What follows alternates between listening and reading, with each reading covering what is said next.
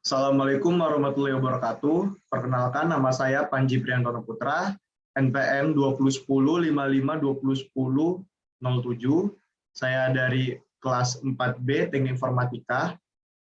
Dalam video kali ini saya akan menjelaskan jawaban UTS mata kuliah hardware dasar. Oke, kita masuk ke soal yang pertama. Dalam sejarah bahwa komputer awalnya dikendalikan oleh kumpulan relay dan tabung hampa udara. Bagaimana cara kerja komputer pada generasi tersebut? Jelaskan. Nah, ini merupakan komputer generasi pertama yang pada awal mulanya menggunakan sebuah penghitung yang berbentuk cincin dan mempunyai 10 posisi. Nah, perhitungan dilakukan dengan menghitung pulsa dengan penghitung cincin dan membuat pulsa pembawa baru apabila counternya sudah berputar kembali ke posisi semula. Ide dasar ini meniru roda digit dalam mesin penghitung mekanis. Nah, komputer generasi pertama ini itu menggunakan vacuum tube untuk memproses dan menyimpan data. Tabung vakum ini berukuran seperti lampu kecil terbuat dari kaca. Tapi tabung ini memiliki kelemahan yaitu cepat panas dan mudah terbakar. Nah, lanjut soal nomor 2. Terangkan cara merawat komputer baik dari sisi hardware maupun software agar komputer tersebut terus-menerus mampu bekerja dengan maksimal. Nah, dimulai dari secara hardware.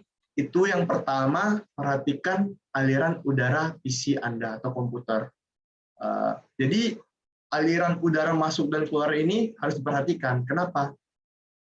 Di lubang keluar, pastikan tidak ada benda yang menghalangi.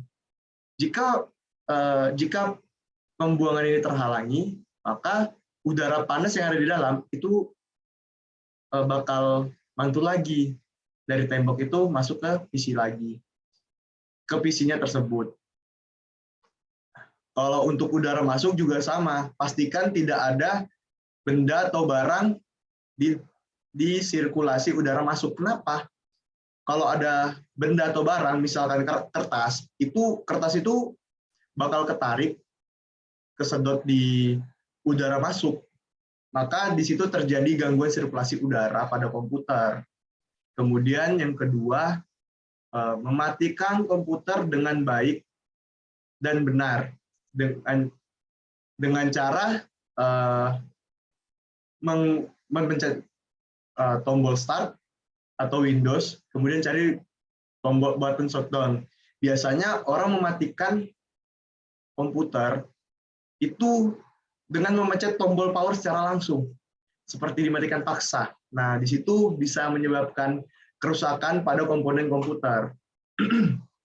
Kemudian yang ketiga, mengganti thermal paste pada prosesor secara berkala. Ini thermal paste ini berfungsi sebagai konduksi yang baik untuk pendingin prosesor.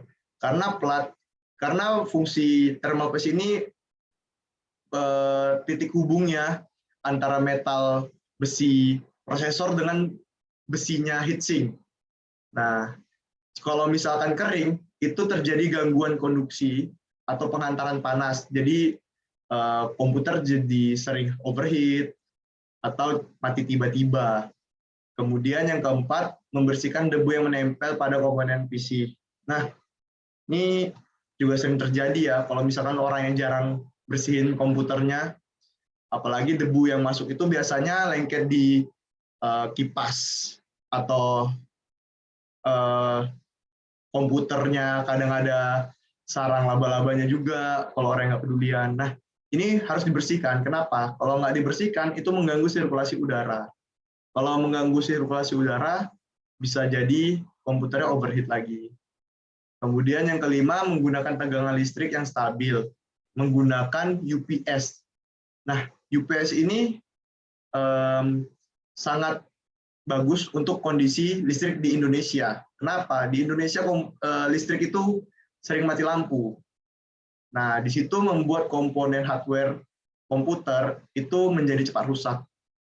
Nah, UPS ini sebagai power bank-nya komputer lah. Bisa jika kalian lagi mengetik atau mengerjakan kerjaan, tiba-tiba mati lampu, kalian bisa nge-save dulu kerjaannya, baru bisa kalian matikan komputernya dengan baik dan benar. Itu tadi secara hardware. Nah, sekarang secara software.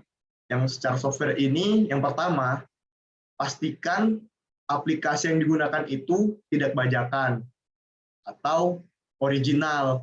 Nah, banyak nih pengguna komputer pakai Windows bajakan, Office bajakan. Kenapa pada pakai Office bajakan? Karena nggak ada duit gitu kan. Tapi ada kelemahan menggunakan aplikasi bajakan, yaitu gampang terserang virus, gampang hilang data, dan terserang malware. Yang kedua, menggunakan aplikasi antivirus yang terupdate. Kenapa harus terupdate? Karena kalau misalkan antivirusnya nggak update gitu kan, ketika ada virus yang baru menyerang secara global, nah itu komputer kita tidak aman. Maka dari itu perlu aplikasi antivirus yang terupdate agar mencegah virus komputer masuk ke komputer kita. Yang ketiga adalah maintenance dan manajemen aplikasi, seperti menghapus aplikasi yang tidak perlu dipakai, kemudian install aplikasi yang dipakai seperlunya saja, kemudian mendefrag hard disk komputer. Fungsi defrag ini untuk mempercepat performa hard disk dan mempercepat juga membaca dan menulis data. Nah, di sini nih sering nih kalau orang yang jarang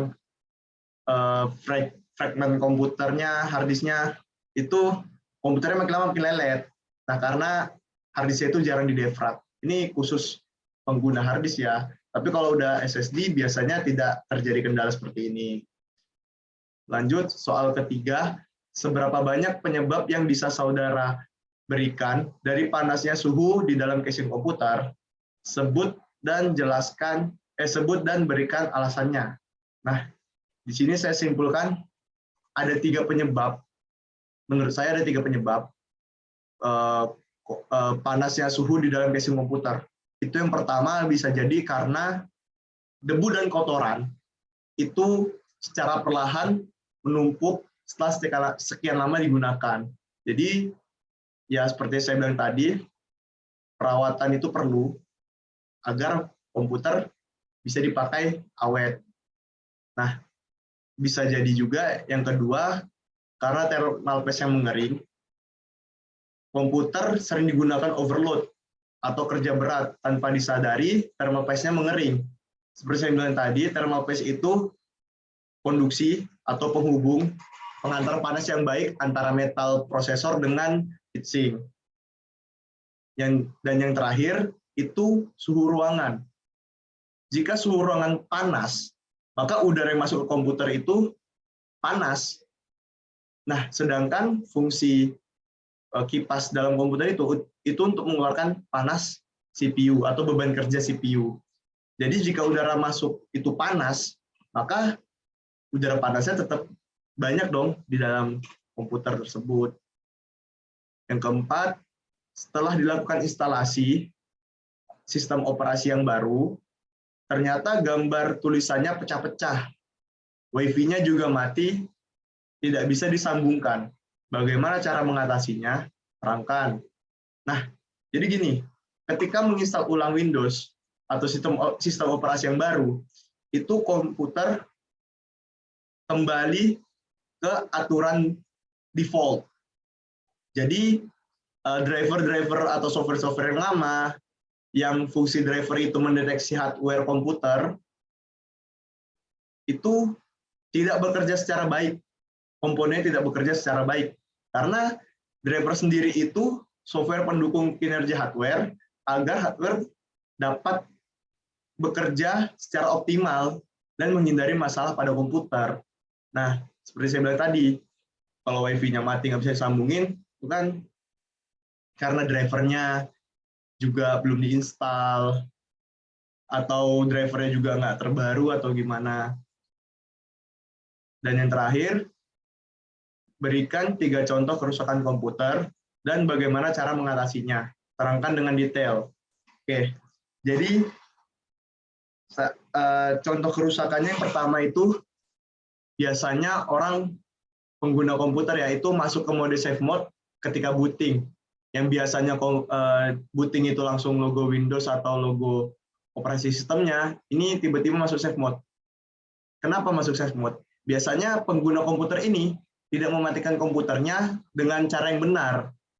Nah, cara mengatasi masalah ini, yang pertama, itu restart komputer kembali, kemudian setelah menyala, klik F8 untuk memasuki menu repair disk. Kenapa masuk ke menu repair disk? Karena komputer yang mati secara mendadak, itu datanya itu dari yang komputer itu hidup tiba-tiba mati, data-data yang masih tersimpan itu kemungkinan hilang. Nah, menu repair disk ini untuk mengembalikan data-data yang hilang tadi. Kemudian, kalau masih mengalami hal yang sama, mau tidak mau kita harus menginstal ulang kembali sistem operasinya, karena data sistem operasinya itu ada yang hilang. Nah, kalau misalnya udah install ulang, kok masih sama nih, nggak bisa dipakai, kok masih masuk safe mode. Nah, jika masih mengalami hal tersebut, berarti kemungkinan komponen hard disk tersebut itu tidak bekerja secara baik. Jadi mau tidak mau, pengguna komputer harus menggantikan hard disk lama dengan hard disk yang baru. Itu contoh kerusakan pertama. Yang kedua, komputer tidak bisa terhubung ke internet. Nah, ini sering nih terjadi di kantor atau di kampus atau di sekolah-sekolah. Nah, cara yang pertama itu merestart komputer Anda. Bisa jadi hardware ketika komputer itu booting, itu tidak mendeteksi hardware Wi-Fi-nya atau internetnya itu tidak terdetek. Jadi harus di restart lagi, mana tahu hardware-nya kedetek sama Windows atau sistem operasinya. Kemudian, jika jaringan menggunakan kabel, itu pastikan kabel internet terpasang atau tercolok dengan baik, dan pastikan juga kabel internetnya itu terhubung dengan cara mengecek dan mengeceknya menggunakan multitester. Apakah kabel ini ada yang putus? Nah, kita cek dari multitesternya. Nah, kalau menggunakan Wi-Fi, itu biasanya dengan cara menginstal ulang atau mengupdate driver Wi-Fi-nya. Bisa saja driver Wi-Fi-nya itu udah usang, membutuhkan update yang terbaru. Itu contoh kasus yang kedua. Dan yang ketiga, itu biasanya komputer mati tiba-tiba. Nah, komputer mati tiba-tiba ini biasanya karena overheat. Cara mengatasi overheat ini, yang pertama, membersihkan komputer menggunakan brush halus. Karena debu-debu yang menempel di kipas heatsink, itu mengganggu perputaran kipas. Dan biasanya juga kalau komputer jarang dibersihin itu ada ada jaring laba-labanya juga kan. Itu harus dibersihkan. Nah, yang kedua, pastikan juga tidak ada kabel yang terlilit di dalam komputer, di dalam casing komputer.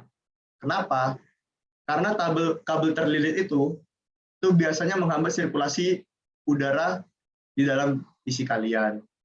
Dan yang terakhir, ini yang final, kalau misalnya masih mati itu harus mengganti thermal paste yang baru.